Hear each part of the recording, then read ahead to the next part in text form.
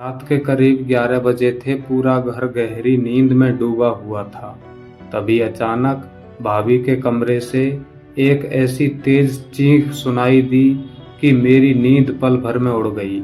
उस चीख में ऐसा डर था कि जो दिल जोर जोर से धड़कने लगा और दिमाग में बस एक ही सवाल घूम रहा था, आखिर भाभी के कमरे में क्या हुआ था।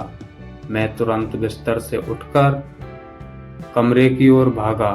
तभी देखा कि भैया भी घबराए हुए अपने कमरे से निकलकर सीधे भाभी के कमरे की तरफ जा रहे थे। माँ और पिताजी भी जाग चुके थे और घर के बाहर सन्नाटा था, लेकिन अंदर का माहौल अचानक बहुत तनाव भरा हो गया था। भैया ने जल्दी जल्दी दरवाजा खटखटाया और कहा, अरे दरवाजा खोलो, क्या हुआ। कुछ सेकंड तक कोई जवाब नहीं आया। यह सन्नाटा और भी डरावना लगने लगा। मेरे मन में तरह तरह के ख्याल आने लगे, कहीं कोई चोर तो नहीं या फिर कोई और बात तो नहीं है। फिर अचानक दरवाजा धीरे से खुला।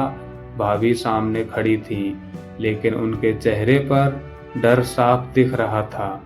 थोड़ा हाथ कांप रहे थे और वे बार बार कमरे के एक कोने की तरफ देख रही थी। भैया ने तुरंत पूछा, क्या हुआ भाभी, अभी चीख क्यों रही थी।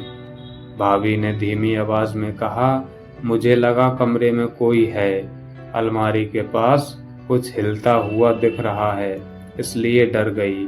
यह सुनते ही हम सबके चेहरे पर फिर से चिंता आ गई। भैया ने तुरंत कमरे की लाइट जला दी और हम सब ने ध्यान से चारों ओर देखना शुरू किया।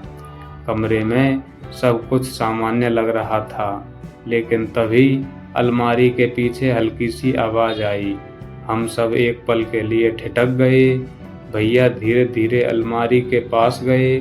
जैसे ही उन्होंने अलमारी थोड़ी खिसकाई, अचानक एक बिल्ली जोर से बाहर कूदी। फिर भाभी घबरा गई और पीछे हट गई, लेकिन अगले ही पल हमें पूरी बात समझ आ गई थी। वह बिल्ली शायद खिड़की से अंदर आ गई थी और अलमारी के पीछे फंस गई थी। बाहर निकलने की कोशिश में वह सामान को हिला रही थी, जिससे भाभी को लगा कि कमरे में कोई अजनबी है। तो भैया ने हंसते हुए खिड़की खोल दी और बिल्ली तुरंत बाहर कूदकर भाग गई। अब घर का पूरा माहौल पूरी तरह बदल चुका था। जो डर कुछ मिनटों पहले था, वो अब हंसी में बदल गया था। माँ मुस्कुराते हुए बोली, इतनी बड़ी चीख तो तुमने ऐसे मारी थी जैसे कोई फिल्म का सीन चल रहा हो।